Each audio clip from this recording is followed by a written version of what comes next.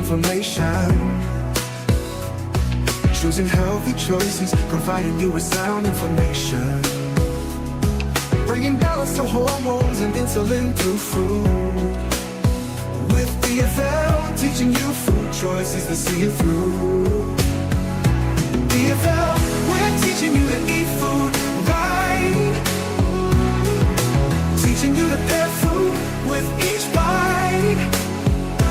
Balancing our body's microbiome, feeling so right. With diet-free life, the health features lose pride. All right, everybody. Hey, this is Robert Ferguson, your nutritionist, a guy who shares because I care. And today is no different. And today, let me tell you, I have a guest. Yes, Sharon Gist is in the house. And before I bring her on, let me tell you, and she's in the green room so she can hear exactly what we're going to talk about. And it's titled, Doctors Lie About Statins and Cholesterol. Doctors lie about statins and cholesterol. And let me just say up front, Sharon, I believe, can help me soften it. Maybe I shouldn't say lie, but let me define what I mean by lie.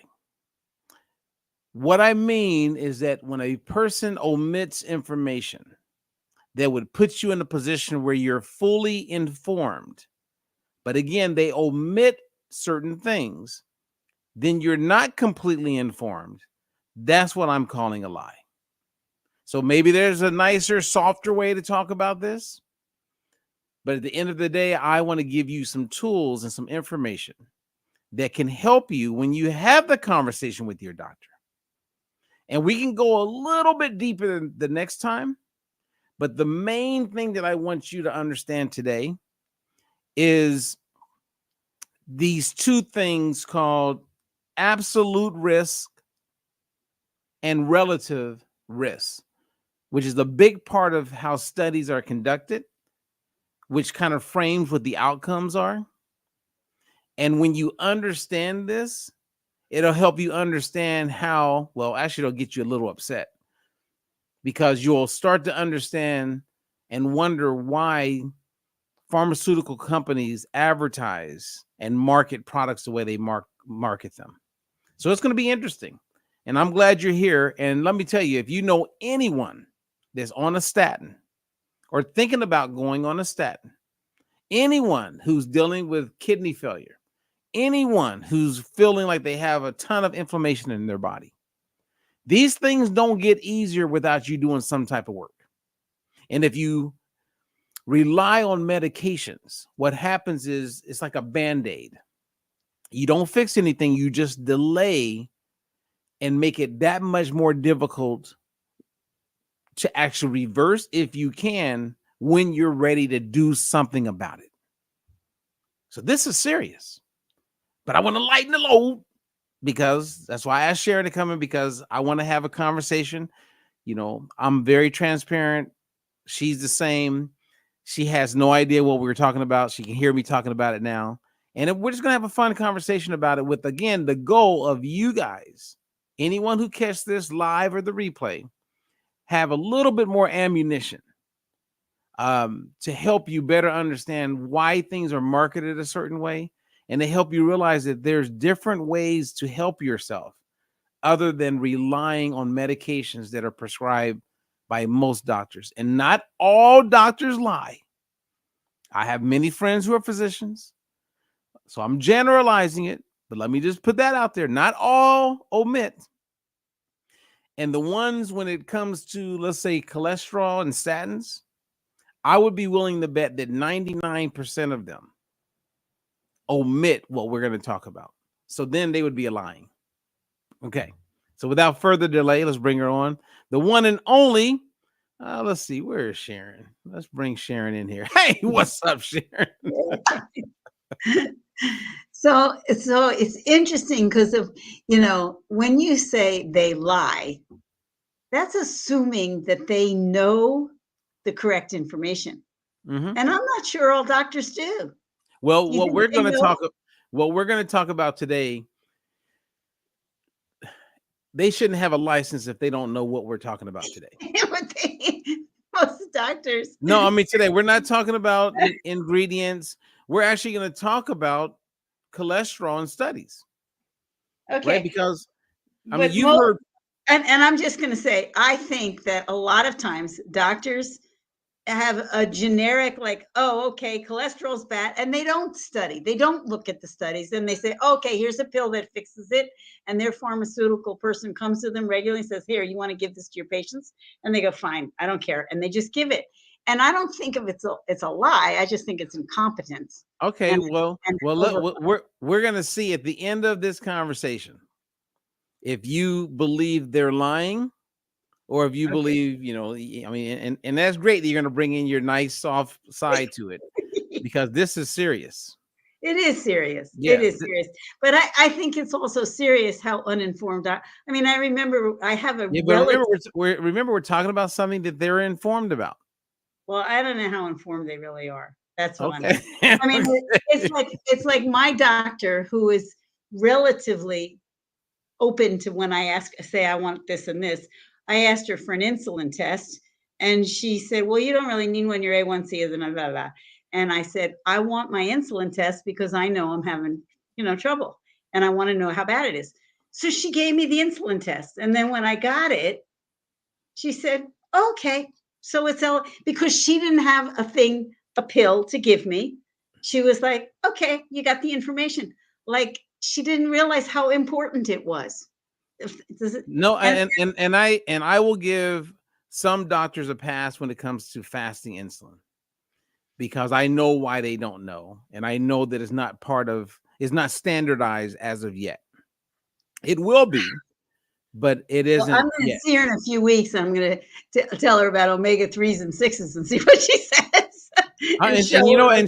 and she'll know about it, but it's just that they don't know about it to the point that they want to do something about it. Okay. Right. So before I even dive in, because I got Tell some me about slides. cholesterol. I'm curious about this because I know that there's, quote, good cholesterol and bad cholesterol. And all that I've ever heard a doctor talk about is, your ratio's okay. And from the two of them. And I've never, well, nobody's ever tried to get me on cholesterol. So I don't know Okay, what they, well, you're gonna have a better understanding, because what you're gonna learn today pertains to other challenges and other medications. Okay, so just bear with me, but I want to ask you a question first. Um, have you ever heard the term absolute risk? I think I've heard of it, but I don't really know the difference. I don't know what you're saying there, but Okay. absolute risk versus relative risk sounds important. Okay, No. and it's very important, and I would be willing to bet that anyone who's taking a statin right now, and many of the wives whose husbands taking a statin, and they're watching us have this conversation, and they can let me know, right? They can comment. I doubt if they know the difference between those two terms. And if you're on a statin, that's probably why you're on a statin, because you don't know what those terms mean when it comes to medications and when it comes to studies. But yet people are taking statins. That's the first thing. If we just start right there, Sharon, right? Yeah. Why don't they know that? That means that some doctor or whoever prescribed didn't give them the added information. And part of the oath when you become a physician is to do no harm and to practice informed consent. Mm-hmm. Okay, so remember all of that. Everything that we talked about is going to play a big role in what we talk about, okay, today. Now, absolute risk, I have an article that I will make available. I wrote an article this morning. I was so pumped about this. But in absolute risk, if you took 100 people, right, and 2 out of the 100 people have some type of disease, whatever it is, or are at risk or have a heart attack, that would mean that there's a 2% absolute risk, right? Because out of 100 people, 2 of the 100 people have a heart attack doing whatever it is. That's pretty easy math. 2%.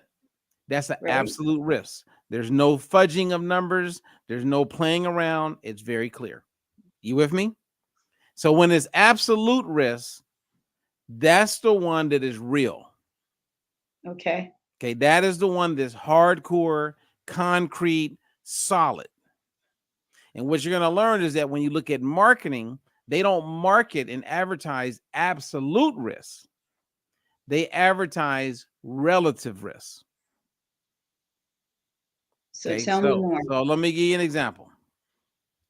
So in this ad, you see a woman who's extremely happy, and she's taken a statin called Crestor, and it says, "Yay, I've lowered my risk of a heart attack by 54%."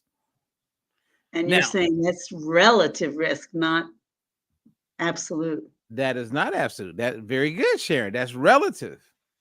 Now, I want to stay there for a second because think about this. Let's say you go in and your doctor says, "Sharon, you have high blood pressure." And guess what else we found, Sharon? We found that your cholesterol is really high. And then the doctor says, "We're going to need to put you on a statin."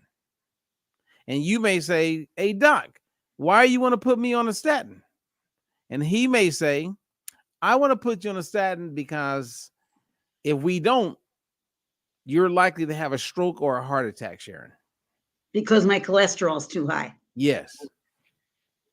And I'm going to say to him, which cholesterol and okay, why? and you could have that conversation. But I wouldn't have known to ask about relative versus absolute. No, I mean, and don't go ahead too fast. Stay with me, right? So imagine this woman. She goes in there and the doctor tells her, "Hey, we're going to have to put you on a statin." And she says, "Why?" "Well, you don't want to die, do you?" "No."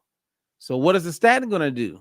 "Well, statin is going to reduce your risk of having a heart attack by 54%.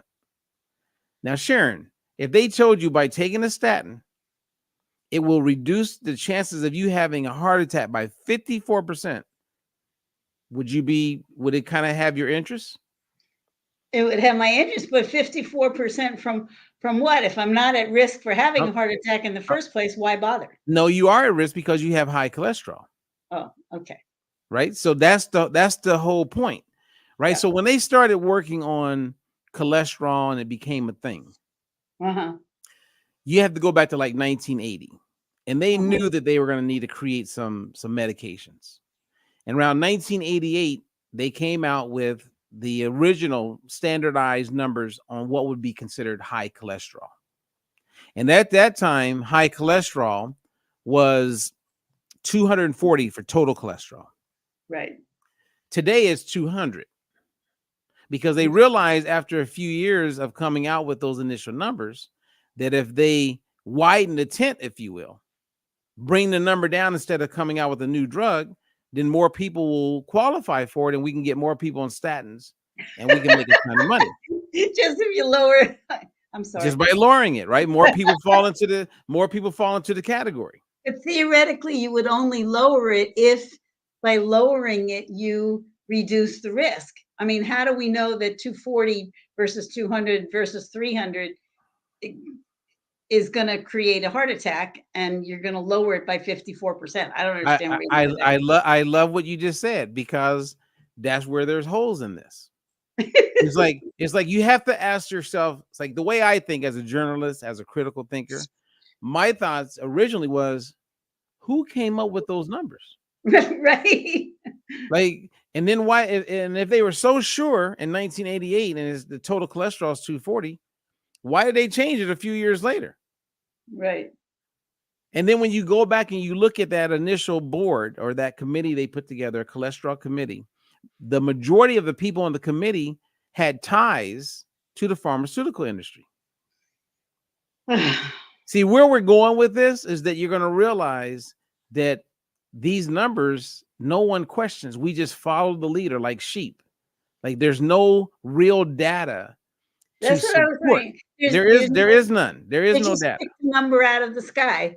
Well, they didn't pick it out of the sky because they're taking people's numbers, right? And you're looking at serum cholesterol, so what's in the blood, and we don't know. So the average person's like, okay, my cholesterol is high. What does that mean? Well, hey, we don't want you to die, so let's reduce the risk by putting you on this statin, and it's approved by the FDA.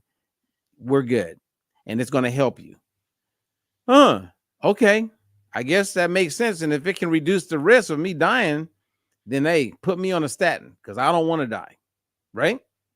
And I'm going to ask, what is it doing for me that's going to create that's Well, going to lower my risk? So cholesterol in our body is we have cholesterol all over our body. It's created. One of the big repositories of cholesterol is our liver. And so our liver knows when we're low on cholesterol, right? Your brain needs cholesterol. Your cells need cholesterol. We need cholesterol to thrive and to live our best and healthiest life.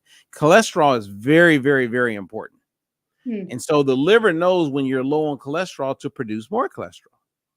It also knows that if you have more than enough, then it won't produce as much. So what happens with these statins is they go in and inside of the liver, they basically block the liver from producing cholesterol. So then that lowers your cholesterol. Because going back to the Framingham studies and all these studies back in the day in the 50s and 60s, they discovered that if we lower the LDL cholesterol, then that can be good for people as far as living. But in those same studies, what they don't tell people is that the people with the lowest cholesterol died earlier. So you increase mortality but have a lower LDL cholesterol. I'm confused.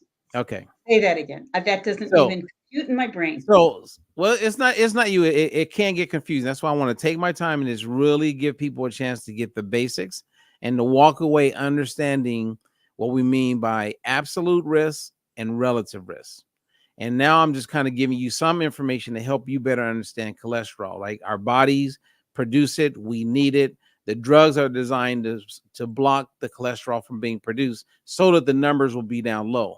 And the only reason why we actually are concerned with cholesterol was because there was a hypothesis that said if you have high cholesterol, you have increased risk for heart attack.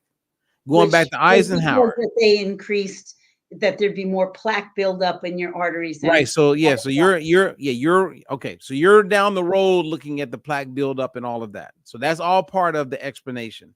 But right. I want to keep it simple because everything is based on a number that was told to everyone. You want your cholesterol to be under this number. You want the LDL cholesterol to go down. And there is no concrete, hardcore evidence to support that hypothesis.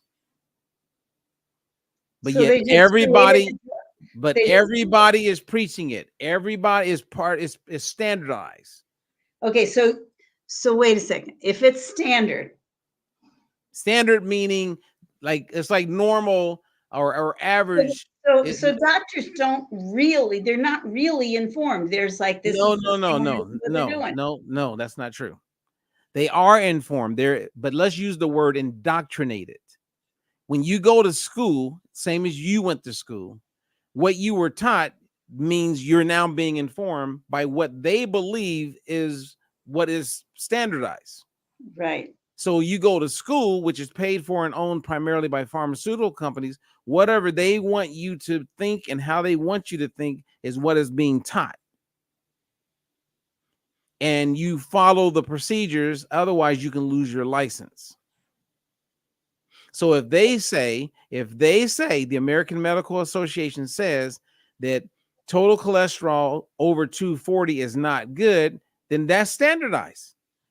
Right. But then you're not lying because you're doing like, oh, this is what the standard is. Exactly. I better get that lowered. Yeah. You believe that. Right. So the doctor's not lying to you. He's misinformed. Well, he's definitely misinformed, but he does believe. And I'm still gonna my goal is to show you that they are, if you omit something and your responsibility is to do no harm and to inform, to practice informed consent, you must do your due diligence and make sure you're in a position to provide informed consent. If it's not informed, that means that that's a big responsibility. It's like a preacher. The Bible's really clear. God is really clear that the people who will be judged the most are the ones out there preaching. Under his banner, under God's banner, you're going to be judged way more harshly than everybody else because you're out there. You're supposed to teach and preach the word. Right. And a doctor's supposed to make sure that they're providing information so that there's legit, clear consent. So I'm going to hold them accountable on this. Okay. Right. And I hear some of that. that's going to come clear when we get, in a couple more minutes. Okay. But you can already tell, Sharon, that there's some shadiness going on here.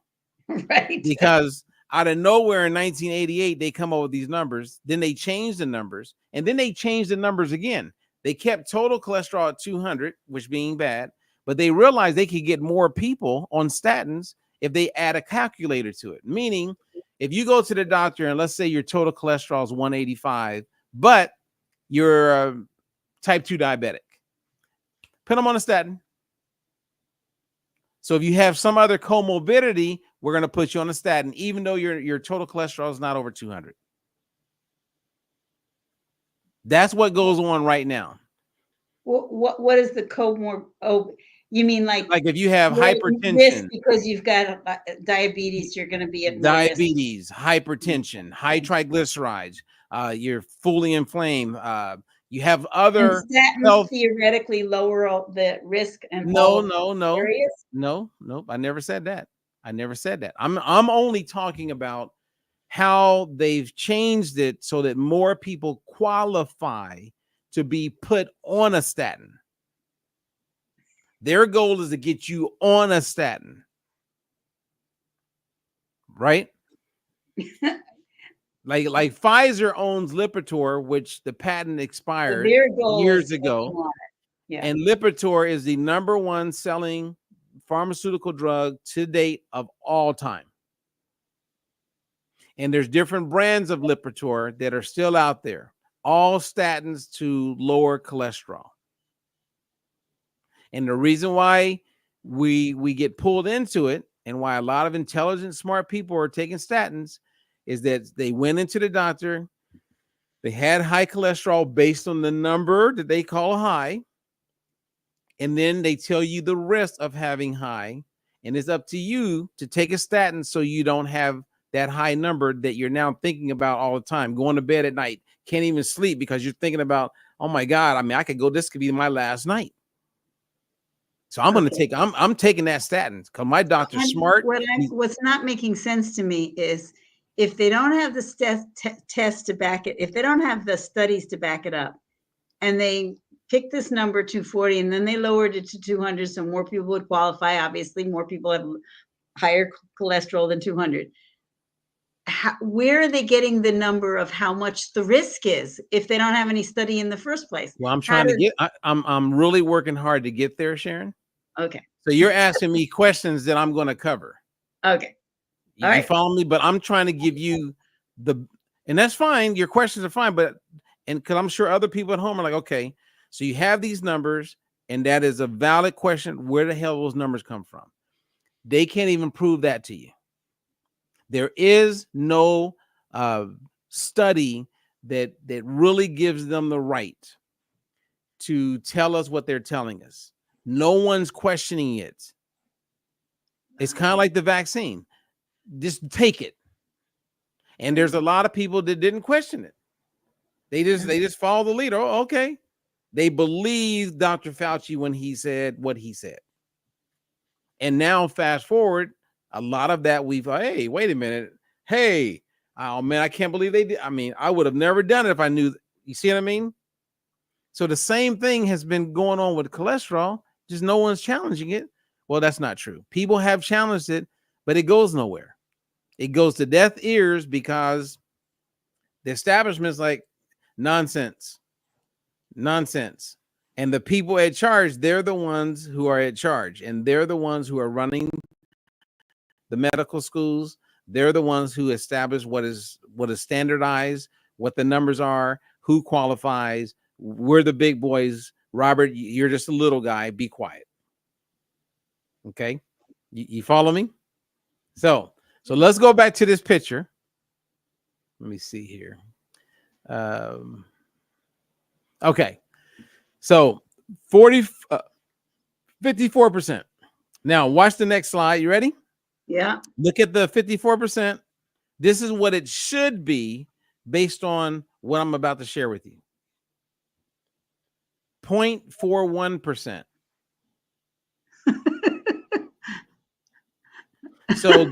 So the absolute risk or outcome would be 41.41, not even a full percent. So how did you get that number? I'm going to show you, Sharon. Okay. I love it. I love that you're like, okay, how are they able to do this? So let's go old school. So when Lipitor came out, this was the ad that they put out there. It was everywhere. Lipitor reduces risk of heart attack by 36%. 36%. So anyone, think about the fear, like if you had a stroke or a mini stroke or you're concerned and you go in and the doctor says, hey, you got to take this serious. We got to get you on a statin. And they say, well, what can I do, doc? This statin will reduce the risk of this happening to you as far as a heart attack by 36%. Okay, sign me up, coach. You see how easy that could happen? Yeah, I do see how easy it Right? could happen. And I'm sitting there going, where did you get the 36? Okay. So now this, because I mentioned it earlier, this is relative risk. Relative to what? I'm going to show you. So here's the study or the study on how they got to this point to be able to say 36%. Now, if you look to the top left, that is out of 100 people. On the right side is the placebo. On the left side is the people, or the right side is the people taking the drug. I mean, the people taking the drug on the right, the people who didn't take the drug on the left. Right. No, So sorry, I got it. You got it backwards. I'm hungry. That's so right. The placebo is in the blue to the right, and the drug, people who took the drug, is on the left. And you can see that it says 36% risk reduction. You follow me? We're good? I'm following you. Yeah. Now, when you look in a little closer, okay, let me see. I'm going to make this a little wider. Yeah. Everybody can see this. If you look at the top left, you can see that 98.1% of the people who were taking the drug were good to go. And then you had 97% with the placebo. That were good to go. The difference was 1.1%. The difference is 1.1%. Wow. So what happens is when you have the ad that says 36%, it's true, but it's based on relative risk reduction over a 5-year period. So the actual benefit when you consider absolute risk reduction is so much smaller. See, the absolute risk of a heart attack decreased by 1.1% points. So that goes from around 3% to 1.9%. This small improvement was inflated to 36%, the relative risk reduction in the marketing. But the real outcome is it went from 3 to 1.9%. And the difference would be 1.1. And so what they do is they take the 1.1 and they run with that, right? And I'm going to show you the right here. You can see 1.1 divided by 3%. Because 100, the placebo is 97, so that's 3%. And then you look at the people in the trial who took the drug compared to the people who took the placebo, the difference was 1.1. Then it's allowed for marketing. They can take the difference, 1.1 divided by 3%, and that's how they get the 36%. Wow. It is an outright egregious lie. Yeah. That is a complete lie. And so when you have someone who believes, okay, I'm going to go with this drug because the doc said that it will reduce my risk of a heart attack and stroke by 36%. Wait, can I just back up a little? Yeah. What I'm seeing in that is that only 3% of people who had high cholesterol had a risk of a heart attack. I mean, only 3 Exactly. people had 3%. So So basically, cholesterol. yeah. Okay. So basically, people who are on the placebo, the chances of you having a heart attack is with high cholesterol is like nothing. Wow. It's like Cholesterol really, what I read in that is that cholesterol has virtually nothing to do with whether or not you have a heart attack. You're going to have a heart attack or not have a heart attack, but cholesterol isn't going to cause it or not cause it. exactly.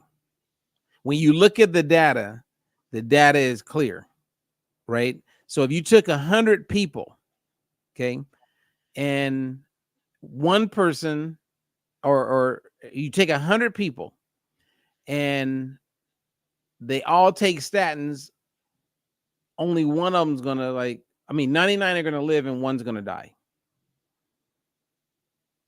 So there's no reason to take the damn statin, Exactly. but Wow. yet it's being pushed on them and they're making billions of dollars. Billions of dollars. I don't know whether to cry or get angry. Well, remember I said in the very beginning, don't be surprised if you get angry when you look at it, because I'm going through the similar thing about blood pressure medication because my blood pressure is a little high. It's not off the charts high, but it's a little high. now And blood pressure's, to me, it that's does a serious affect. marker. Yeah, that's a It is serious a marker. serious marker. Yeah. I realize that. Yeah, But I that's don't trust the medications and I don't want, I well, just they don't want even know about the medications. They guess on the medications, exactly. right? And the But medications cause like my sister's ankles are swelling, her legs are swelling. Then they gave her another diuretic to handle the swelling of her feet, mhm. and they keep changing the medications and adding more of them in the first place. And her blood pressure's fine, but except when it isn't. Now, Okay, I'm sorry. You're look at back to this is what the ad should show. Who would buy? Now, think about what I said earlier. You go in, you have high cholesterol, and if they give you the absolute truth, and they said, "Hey, you know what, Sharon, your cholesterol is really high. We're going to put you on a statin." All right, doc, so what is a statin going to do? Well, it's going to reduce the risk of you having a heart attack by 1%. Would you do it then? Of course you wouldn't. No one would if they told you the truth. So this is what I mean by omission. Yeah, And you don't think this is a lie? yeah. That's a I lot. think I call it a lie. Don't tell me relative some crap. But don't do the doctors really know that it only reduces it that much, or do they have it in their mind's eye that it reduces plaque and therefore it reduces your risk and you should take it? Okay. Man, you are so good, because the average doctor that I've talked to, when I bring up absolute risk and relative risk, and I bring up 1%, this is what they always say. Even in the Jupiter study, there's less than 1%. That's the one that they're talking about and pushing right now. They will say, "Hey, look, Robert, 1% is 1%. I go, "I hear you, but can we look at the side effects for a second?" You follow me? So Absolutely. to Because reduce the again, there's risk, a relative risk for that. yeah, I mean, to reduce the risk by 1%.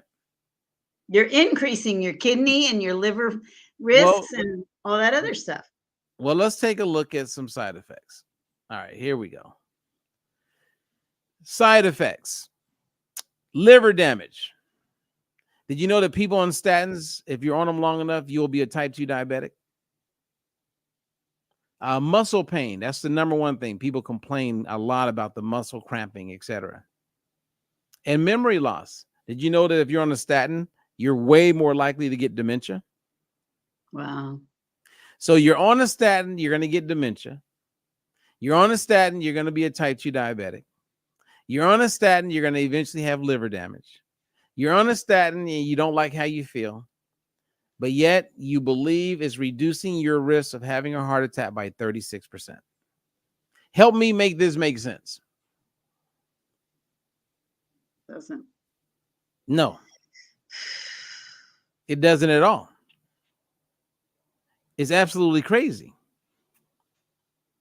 And they're not telling people. And there's all kind of people on staff. I know producers, lawyers, I know doctors. Because what happens is you get to a point in life, Sharon, and this is what I've been noticing lately, is that people get extremely comfortable just kind of going with status quo. Yeah. They don't question. And if you question, they get mad. People get frustrated. And everybody just walking around blind. And you're telling me that this wouldn't make you upset? I mean, it makes me upset. I just can't. What happens for me is I just can't believe that doctors really know this. I mean, they really think they're lowering your risk by 36%. They don't know that they're not lowering it by that. Okay, so I'm going to share something with you. You ready? Yeah. Okay, so let's say that you and I are doctors. And let's say we work for their, I don't know, organization or a hospital. They know if you're prescribing statins or not. And if you're not hitting your quota, we need it. No, Oh, yeah. no. What do you mean, no? That just should be illegal. I don't No. understand. No. No, because part of being a doctor is prescribing medication. And what's standardized in the industry is that if you have high cholesterol, which they have a pretty good idea how many people have high cholesterol, and you're not prescribing any statins, and they look and see you have 1,000 patients, and they break it down, and there's 400 patients over 60, and no one is on a statin, we need to do a review of you as a doctor. And how many of my patients have died because they're not on statins? Well, None. Yeah, but they're not gonna. Now you're talking about becoming a holistic doctor, getting outside. There's a lot of doctors who do want to be legit and they take cash. Most of them don't make it because they're not business people. When you become a doctor, they don't teach you how to run a business. So people get compromised. It's like when people were earning a whole bunch of money on all these different ways by prescribing Ozempic. Right. People became millionaires because of the craze of Ozempic. They're not thinking about you're going to lose muscle and God forbid you get cancer and now you're less likely to survive because of your muscle loss. Or you fall down and break your hip and go to the hospital, and most of those people don't make it out, or a lot of them don't make it out. And then 50% of them will break their hip again. And then the next time they won't make it out. But everybody into Ozempic, like it affects them in that way. Oh yeah, well, muscle loss affects them in that way. So at the end of the day, what we're talking about is informed consent. Because if everyone was informed, right? And the doctor says, hey, you know, I'm going to put you on this statin to reduce the risk of heart attack by 1%. I can tell you a funny story about a conversation with the doctor, but it wasn't about cholesterol, so I'll save it until we have. But it's the same kind of thing. I mean, he said, "Oh, we have a drug that could help you," and I said, "By how much?" He said, "Well, it's like a 70%, 30, like 30%. It could help. It could actually. It was some tiny number that it could help me." And then I said, "And if I don't, based on how the progression of my disease, well, you are progressing slowly. So about every 7 years, you should go up another level." Well, I've had this disease for 50 years, and I was at like stage 2, you know. So at his numbers, at about 120 years old, I would have a 50% risk of of cancer if I didn't take his drug. If I take his drug, it would cost me $100,000, and it would reduce my risk of cancer when I'm 120 years old by 50%. Now, you tell me why I would want to do that. Well, and now, you know, if you had that conversation with him again, you say, okay, is this based on relative risk? Or is this based on absolute But risk? even so, there's like zero. No, I hear what you're saying, but I'm saying have a moment, and then Okay. you would be able to go, are you speaking relative risk or absolute risk? And look at that doctor's face, because now they got to answer. Now they got to be clear about it. Wow. So whole in the thing very was- beginning, I showed you this. Look how happy that lady is. Yeah. Is this framed around lies, Sharon? Wow. I'm asking. I blame it on the drug companies even more than the doctors, because I think the doctors can't possibly stay up to date on everything. Okay. Well, they've been. Did you know that they tried to get it where they wanted to put statins in the water? I'm trying to get rid of fluoride. My sister says, "Why do you? Fluoride's good. You need fluoride." I said, "No, I don't want to brush my teeth with fluoride." I said, "I mean, it's like everybody they make a decision and everybody buys it. It's like it's in everything." Okay, no, but let's stay focused. I said, did you know that the industry, the physician world, there was a movement where they wanted to get statins put into the water supply. And Because thank God they failed. because I mean, they were going to make a ton of money, because and they wanted kids to be drinking statins, because then they felt it would reduce the risk of everybody having a heart attack. We could, and the number one. increase everybody's liver damage. Okay, yeah. But I'm just letting you know that while you were sleeping or doing whatever you were doing, there was a committee, a group of people that was working really hard to get it to where statins would be put into the water supply. And they failed, right? They failed, yeah. It didn't happen. It didn't happen. But this, you can see these kind of things taking place in a lot of areas. Yeah. And think about all the people who are on a statin and they start to lose their memory. So I posted and shared earlier today that I have a client, and one day we were talking and she asked me about the balance oil, because she's been hearing me talk about dementia and Alzheimer's. And I mentioned, this was like 4 or 5 months ago. Actually, yeah, I was thinking it was longer than that, but I asked her, I said, hey, or she brought it up that her husband was on a statin. And I said, well, people on statins tend to have an increased risk of dementia. And you can see the buildup. Well, she had him stop taking the statin. A month goes by, no more memory loss, no more dementia. So when I meet people and they say, yeah, my cousin is showing signs of dementia, I go, is he, how's his cholesterol? I think he's taking a statin. You may want to get rid of the statin and see what happens. You may be able to bring them back. Mm. So I call this a lie. If you are a physician and you are not informing your patients about the really low benefit opportunity of taking the statin, The really low absolute risk. I feel like that's a lie. I don't have another word for it. But you've brought out an issue that's even bigger than that.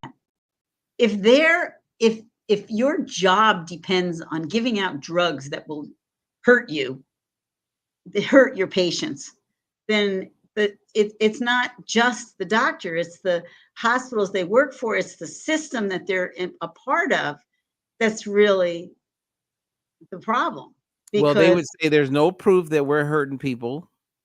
Statins Liver damage, diabetes. well, they would say there's no proof. So have you done, so what, they haven't done studies that showed that why they got that number from 240 or 200 or whatever their number is. So they don't have any proof that they're fixing a problem. They have all they know is that it's reducing it by 1% absolute risk. But there's also got to be similar evidence about how much damage it's doing to the liver, or you wouldn't. Oh no, well they have that, Sharon. It's called side effects. So every drug, side effects. Well, every drug has side effects, right? There's pros and cons to everything. Yeah, but the side effects are onerous. Yeah, but they can get away with it because it's established. I'm sorry. That's why I said it's a lie. I think it's one of the worst things ever. And we've been hoodwinked, we've been bamboozled when it comes to statins and cholesterol. I think we're bamboozled by all kinds of drugs, frankly. Yeah, but if you pick one thing at a time, right? It's kind of like when trans fats was in the food supply. There was a lot of people who put up strong arguments that trans fats were better to eat than butter. Even doctors, they used to have advertisements showing people using Crisco because it was cleaner. And now we found out that 80 plus thousand people died every year prematurely because they consume trans fats. That's been established. I think the number's higher, but if you just went by 84,000, combine all of our wars, and Crisco and trans fats killed way more people than all the wars combined. And I'm seeing the same thing happen right now with seed oils. We know how bad seed oils are, right? But if you went to the American Heart Association's website right now, they tell you and encourage you to eat seed oils. Yeah. Right now. So who am I going to listen to? Robert Ferguson? Yes. Or the AMA, or the Heart Association. I mean, yes. You're going to listen to me. I know, but how do you get the average Joe to do that? It's tough, man. It's very tough. I don't know. I'm really working hard to figure that out, Sharon. But the most important thing is I am so close to crying right now because I'm feeling so helpless to change. And I don't deal with issues that I'm totally or beyond my ability. It's like, what's that serenity prayer? Figure out what you can do something about and do something about it. Right. And if you can't, let it go. And it's like, but this is so big and it's so pervasive and it's terrifying. And I mean, I think about, trying to keep people healthy. The only thing I can think of is if a doctor tries to prescribe a drug to me, I generally speaking, I'll just say no, period. But if they really insist on it, I'm going to say, tell me why I really need this. And they've never been able to. So the only thing I take is the thyroid. Okay. So let's role play for a second. Okay. So I'm Dr. Ferguson and you come into the office and let's say that you don't know what we just talked about. I say, hey, Sharon, it's good to see you today. How you doing? I'm doing great. Okay. I'm doing awesome. All right. Well, we got your lab work in. I just want to let you know there's one thing that I do got to bring to your attention. You mind having a seat? You might have what? Mind having a seat. Oh, okay. I'm sitting down. So your cholesterol, I looked at your records. It hasn't really been that high, but right now you're about 265. And total cholesterol shouldn't be over 200. So you're really elevated there, and your LDL cholesterol is really high. So I really want to we need to get you on a statin. Before you put me on a statin, can you tell me some foods that would help me lower my cholesterol, or the foods that are raising my cholesterol so I can try food first before you put me on a statin? Well, we could try food first, Sharon, but where your cholesterol is, I mean, the risk of a heart attack or stroke, I mean, you're no No 25 spring year old. chicken. So, and I would hate for something bad to happen. And I understand you probably want to, eat better and make some changes there, but I mean, your cholesterol is pretty high, and it would not be wise of me as your physician to have you leave this place without recommending a statin, because it would just kill me to find out that something happened to you. I hear you, and thank you very much. And I'm going to see what I can find out about food. That's what I would do if this was a real conversation. That's exactly what would happen. I've had that real conversation before. Sorry. Okay, but see, that's you who have lived life, and you're wise and you're educated. But imagine the average person who's not educated like you. Very hard to stand up to it. Yeah, And we are trained that doctors are the authority. You don't question your doctor. that's I right. mean, I remember when I weighed 117 pounds and I saw on my chart slightly obese. And I said to the doctor, I mean, I know I'm, way more than I wanted to, but obese? And he said, "You're not supposed to look at that chart. That's for me only." It was like, are you kidding me? I mean, I have not trusted doctors since I was 18 because they kept doing things that hurt me. So I question everything. I've Well, always done. and that's good. And you know what? And always question. I always Be- question yeah, everything. because most things can be fixed with a food as medicine approach. But And again, a lot of people are compromised, whether they're a physician, whether it's somebody down the street, selling a supplement. And I know when I bring up balance oil to people, because I really believe in it and I've seen nothing but positives and I've done my due diligence, I'm okay when they question it, because I actually salute them and say, hey, I'm glad you're asking, and I look forward to being able to explain it to you. and here's the thing. I've been doing it. I have gotten my numbers back in balance. Yay, thank you very much.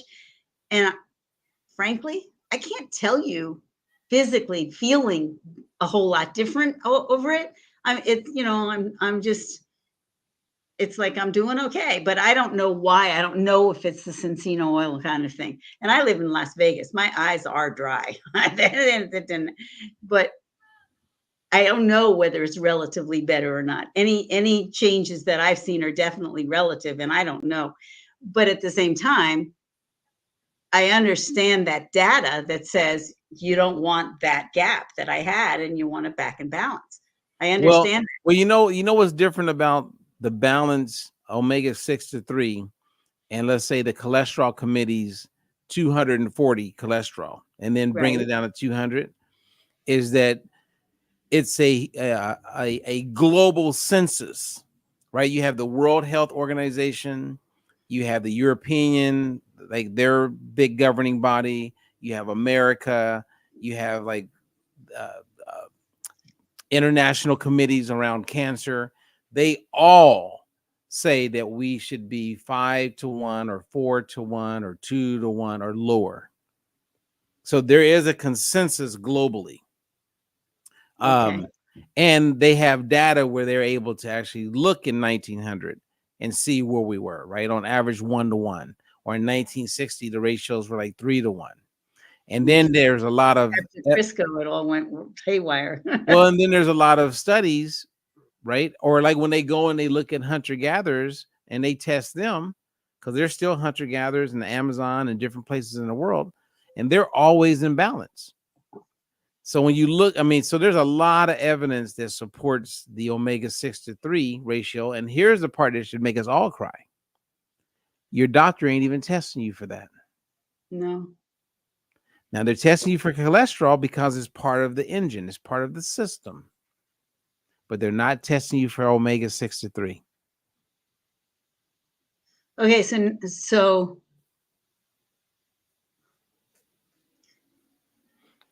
I'm sorry.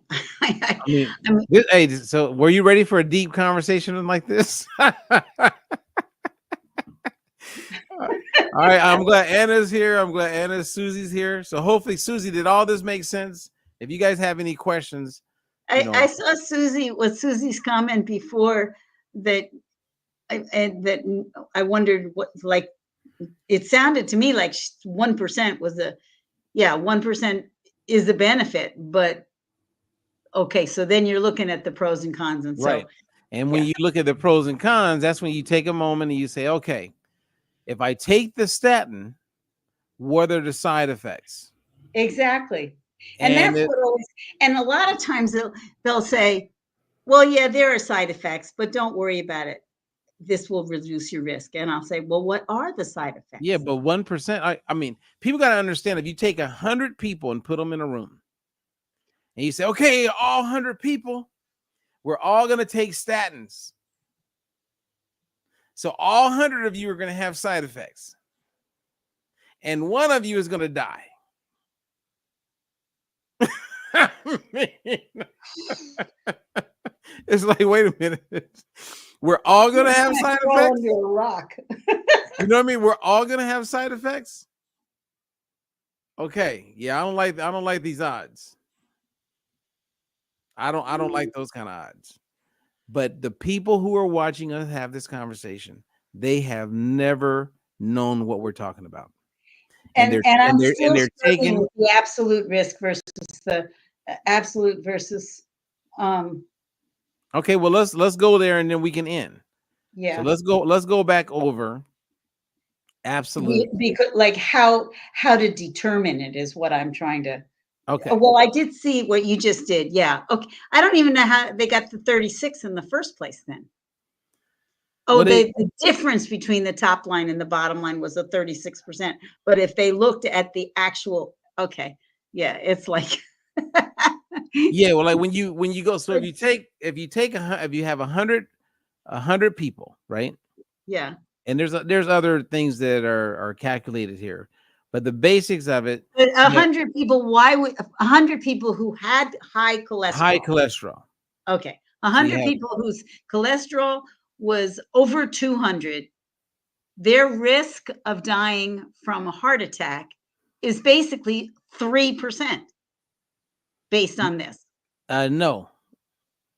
So you have 100, right? So the first thing you look at is the 36% reduction. And in order to understand that, right, you go the people who are taking the drug versus the placebo. Mhm. So that's where you saw the 3%. And that's where it gets a little confusing. But the difference between the people taking the drug and the people who aren't is 1.1. And that's what's significant. That's what's important. Otherwise, these guys can fudge the numbers and make it look like there's a bigger benefit. And that's what they do, right? Because in the next slide, when you look here, you take that 1.1 and you compare that to the difference between 100 participants and the 97 in the placebo, which gives you 3%. And they're able to divide between the 1.1 and the 3%, which brings in the placebo, to get the 36%. So they're not looking at everybody in the study. They're just looking at the people where you saw a drop, or you saw okay. So that's what makes it relative versus absolute. right.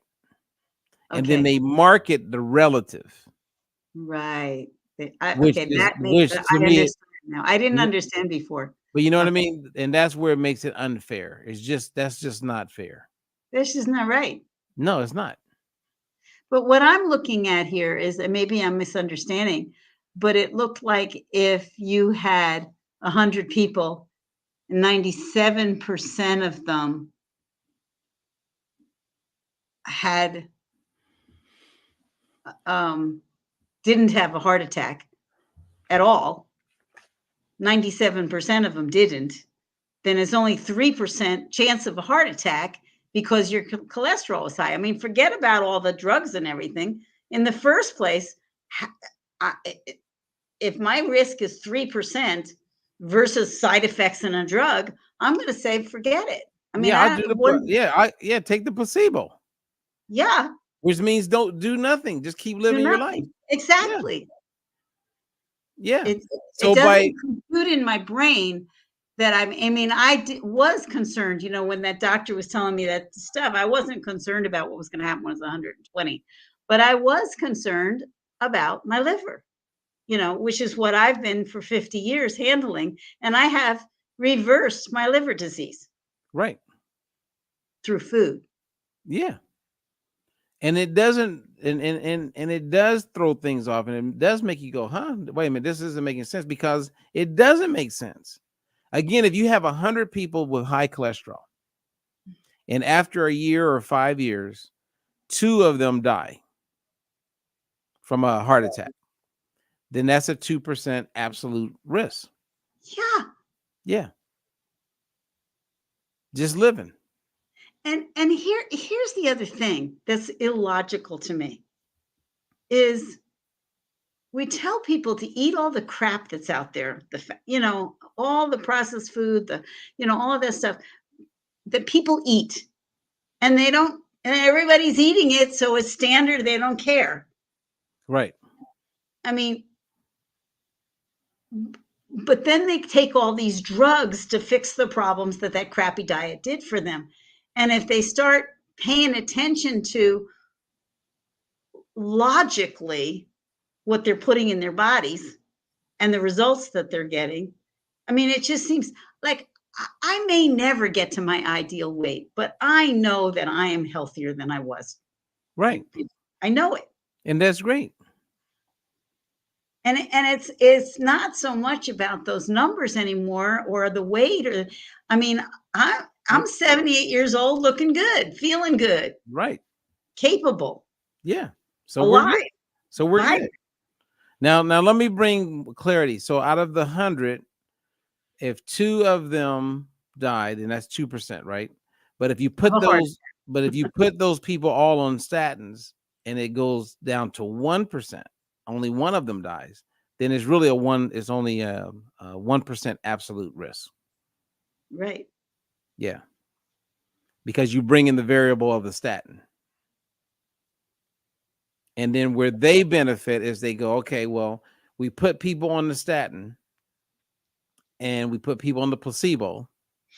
We saw it drop with the statin. And then we also saw it, the placebo people did pretty good. And they worked the difference there. That's where the division is. And that's how they come up with 36%. Yeah. Which is a lie to me. You're lying to people. A lie. And the government, it's the pharmaceuticals and the government that are they'll lie. So the doctor just says whatever because they're following the guidelines. They allow you to do that because nobody's buying or taking a drug for a 1% chance of being better off. No. Nobody's doing that. No. So. Well, I appreciate so my takeaway is learning a little bit about absolute versus relative risk. But in addition to that, it just keeps on confirming my bias against the medical profession. It's not I don't think 98% of any population is evil.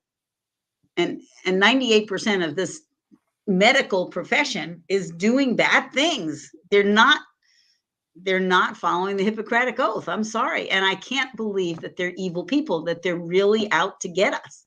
I think that the pharmaceutical industry is out to make money. Mm-hmm. But I do. But see, that's where I would like to pick back up in our next conversation with you is just for clarity. You say that you don't believe people are doing it for evil, but what do you call it? They just turn their head and, I didn't see that. I don't want to create waves. I don't want to mess up my business. Right. Sharon, just don't talk about it, okay? You're messing up everything for all of us. That's the kind of conversations that are taking place. Can you not mess it up for us? Hey, they're gonna die of something anyway. But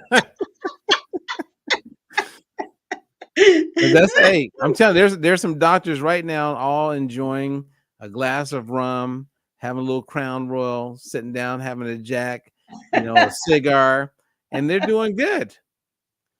And when they go in, they see that we're not putting more people on statins. And hey, guys, come on, nurses, everybody get in here. I mean, what's going on? The numbers are down. The numbers are down.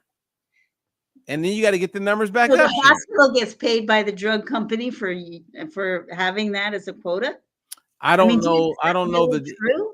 I don't know the details of how all of that works for the doctors. Like I didn't know that there was a way that they were doing kickbacks on Ozempic until a friend of mine told me about it, how he was getting paid. So every time he prescribed Ozempic, he was being rewarded for that. Rewarded for it. Wow. So they know, but the average doctor ain't going to mess with his money. He's not going to come out and just tell everybody how it all works. Then what's the point of being a doctor? So then we need to become socialized so that everybody just gets a check and you just treat people, but you don't have the capitalism part of it where you can really, take things to the next level. You don't want just a regular job. You want to be able to I mean, not me, but you can do it by getting better results for people, and you can get better results. You don't get, but we don't pay people more money for getting better results. I would. Well, but that's where it is. So, last words. Any questions for me? And I apologize. I need to give more examples of this, and I'll put it in my article so that people. It's just.